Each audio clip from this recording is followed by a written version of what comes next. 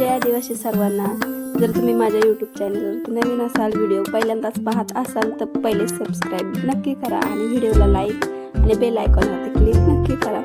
तर चला आजची रेसिपी सुरू करते मी। मस्तपैकी खोबऱ्याच्या वड्या, मस्त बारीक बारीक स्लाइसमध्ये खोबरं कापून घ्यायचं आणि मिक्सरला बारीक करून घ्यायचं। एकदम बारीक म्हणजे आपल्याला तुम्ही किसलं तरी चालेल, हरकत नाही, तुमच्या इच्छेनुसार। आणि मग मस्तपैकी कढई गरम व्हायला ठेवायची, त्यात थोडंसं तूप घालून घ्यायचं। आपल्या अकॉर्डिंग एकच नारळ असेल तर 1 चमचा तूप घाला, 2 नारळ असतील तर 2 चमचे तूप घाला।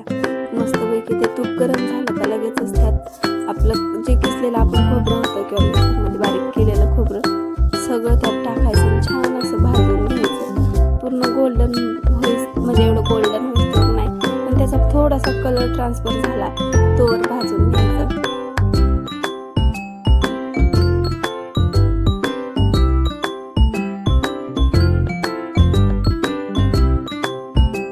आता त्यात दुधावरची जरा साय आलेली ताजी साय असते ना, ती त्याच्यात ॲड करायची आणि जे आपण नारळ फोडून जे पाणी काढतो ना नारळाचं, ते पाणी ॲड करायचं त्यात जेणेकरून सगळं मिक्स होईल आणि सगळे फ्लेवर एकत्र, कोकोनट म्हणजे खोबरं, दूध आणि मिल्क पावडर, सगळं इलायची वगैरे सगळ्याचा फ्लेवर एकत्र होईल ना, अशा अकॉर्डिंग थोडंसं पाणी टाकायचं ते नारळाचं आणि लगेचच ते पाणी पूर्ण आटल्याच्या नंतर वरून मिल्क पावडर ॲड करायची, जेणेकरून जरा दुधाची पण जास्त दूध म्हणजे त्याला हे होईल, चव येईल।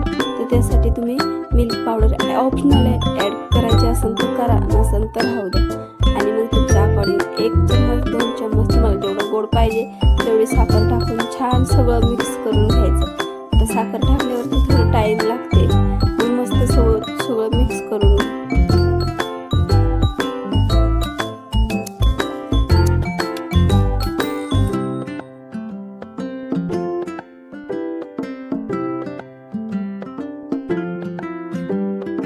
साखर छान मिक्स होते तोवर आपण ताटाला मस्त तूप लावून घेऊया, जेणेकरून ना आपण ती बर्फी ताटात टाकली की ताटाला चिकटणार नाही। त्याच्यासाठी ताटाला छान असं तूप, तुम्ही तेल पण लावू शकता, तूप पण लावू शकता, ते तुमची इच्छा आहे। मी तूप लावलेलं, जेणेकरून ना आपल्याला त्याच्यात काहीच म्हणजे काही त्यात तेल नसावं, ओन्ली तूप पाहिजे त्याच्यामध्ये, म्हणजे ह्यासाठी मी तूपच लावून घेतलं ताटाला आणि परत पाहून घेतलं की झालंय की नाही झालं, साखर पूर्ण त्यात मिक्स झाली की नाही झाले।